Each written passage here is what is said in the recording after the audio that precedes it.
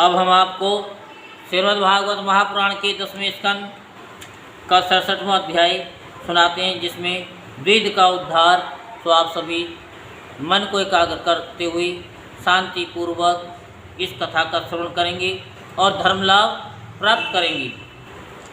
राजा परीक्षित ने पूछा, भगवान बलराम जी सर्वशक्तिमान एवं सृष्टि प्रलय की सीमा से परे हैं, अनंत हैं। उनका स्वरूप, गुण, लीला आदि मन, बुद्धि और वाणी के विषय नहीं हैं।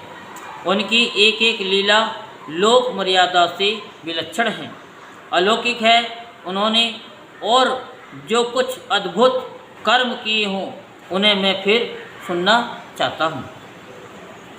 श्री सुखदेव जी कहते, परीक्षित, वेद नाम का एक वानर था। वह भूमासुर का सखा सुग्रीव का मंत्री और मैंद का शक्तिशाली भाई था।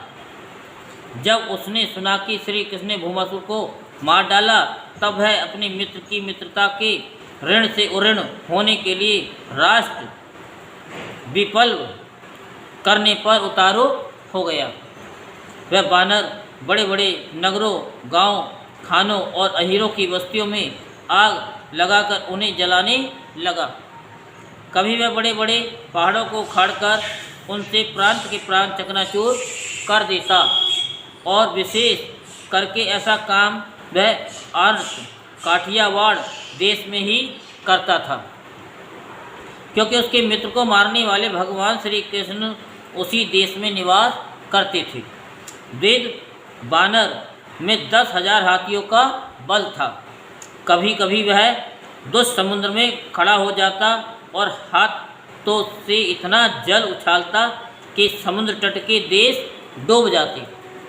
वह दुष्ट बड़े बड़े ऋषि मुनियों के आश्रमों की सुंदर सुंदर लता वनस्पतियों को तोड़ मरोड़ कर चौपट कर देता और उनके यज्ञ संबंधी अग्नि कुंडों में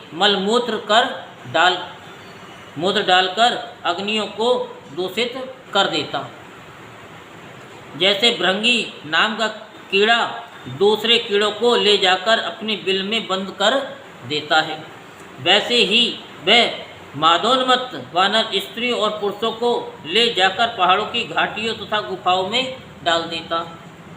फिर बाहर से बड़ी बड़ी चट्टानें रखकर उनका मुंह बंद कर देता। इसी प्रकार वह देशवासियों का तो तिरस्कार करता ही कुलीन स्त्रियों को भी दूषित कर देता था। एक दिन वह दुष्ट सुललित संगीत सुनकर रैवतक पर्वत पर गया।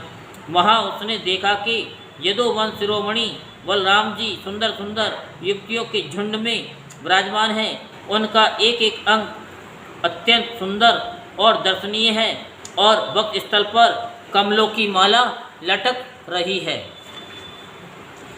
वे मधुपान करके मधुर संगीत गा रहे थे और उनके नेत्र आनंदोन्माद से वियल हो रहे थे। उनका शरीर इस प्रकार शोभायमान हो रहा था मानो कोई मदमत गजराज हो।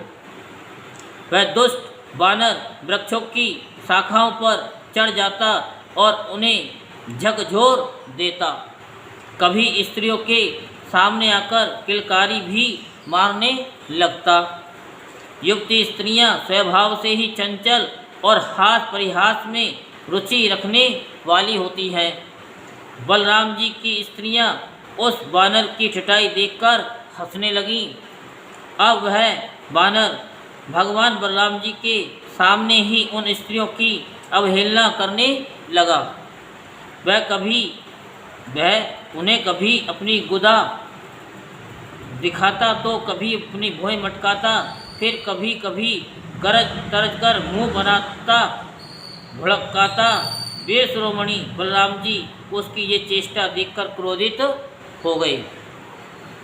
उन्होंने उस पर पत्थर का एक टुकड़ा फेंका, परंतु देव ने उससे अपने को बचा लिया और झपटकर मधु कलश उठा लिया और बलराम जी की अवहेलना करने लगा। उस धूर्त ने मधु कलश को तो फोड़ ही डाला, स्त्रियों के वस्त्र भी फाड़ डाले और अब वह दुष्ट हंस हंसकर बलराम जी को क्रोधित करने लगा। परीक्षित जब इस प्रकार बलराम और मादोन्मत्त द्विज बलराम जी को नीचा दिखाने तथा उनका घोर तिरस्कार करने लगा, तब उन्होंने उसकी ठिठाई देखकर और उसके द्वारा सताए हुए देशों की दुर्दशा पर विचार करके उस शत्रु को मार डालने की इच्छा से क्रोधपूर्वक अपना हल मूसल उठाया। द्विज भी बड़ा बलवान था। उसने अपने एक ही हाथ से सलाह का पेड़ उखाड़ लिया और वेग से दौड़कर बलराम जी के सिर पर दे मारा। भगवान बलराम पर्वत की तरह अविचल खड़े रहे। उन्होंने अपने हाथ से उस वृक्ष को सिर पर गिरते गिरते पकड़ लिया और अपने सुनंद नामक मूसल से उस पर प्रहार किया। मूसल लगने से द्विज का मस्तक फट गया और उससे खून की धारा बहने लगी। उस समय उसकी ऐसी शोभा हुई मानो किसी पर्वत से गेरू का सोता बह रहा हो। परंतु द्विज ने अपने सिर फटने की कोई परवाह नहीं की। उसने कुपित होकर एक दूसरे वृक्ष उखाड़ा, उसे झाड़ फोड़कर बिना पत्ते का कर दिया और फिर उससे बलराम जी पर बड़े जोर का प्रहार किया। बलराम जी उस वृक्ष के सैकड़ों टुकड़े कर दिए। इसके बाद द्विज ने बड़े क्रोध से दूसरा वृक्ष चलाया, परंतु भगवान बलराम जी ने उसे भी शतधा छिन्न भिन्न कर दिया। इस प्रकार वह उनसे युद्ध करता रहा।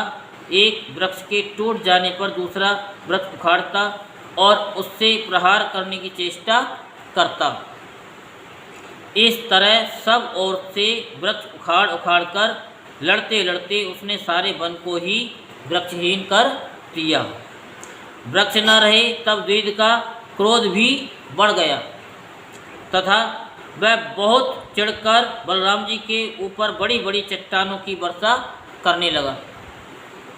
परंतु भगवान बलराम जी ने अपने मूसल से उन सभी चट्टानों को खेल खेल में ही चकनाचूर कर दिया। अंत में कपिराज द्विज अपनी ताड़ के समान लंबी बाहों से घूंसा बांधकर बलराम जी की ओर झपटा और पास जाकर उसने उनकी छाती पर प्रहार किया।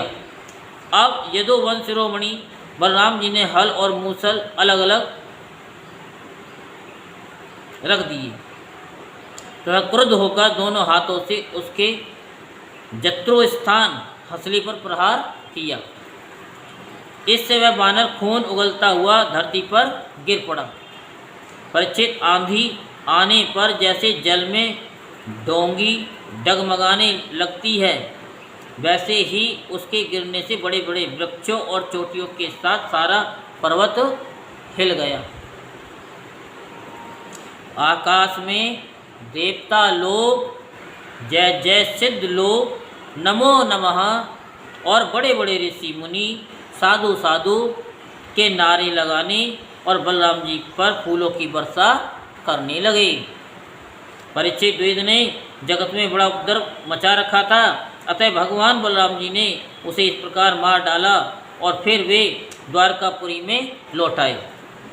उस समय सभी पुरजन परिजन भगवान बलराम जी की प्रशंसा करने लगे। यहीं पर श्रीमद्भागवत महापुराण के 10वें स्कंद का 67वां अध्याय संपूर्ण होता। बोल वृंदावन बिहारी लाल की जय, बोल बांके बिहारी लाल की जय। जय जय श्री राधे श्याम, जय जय श्री राधे श्याम, जय जय श्री राधे श्याम।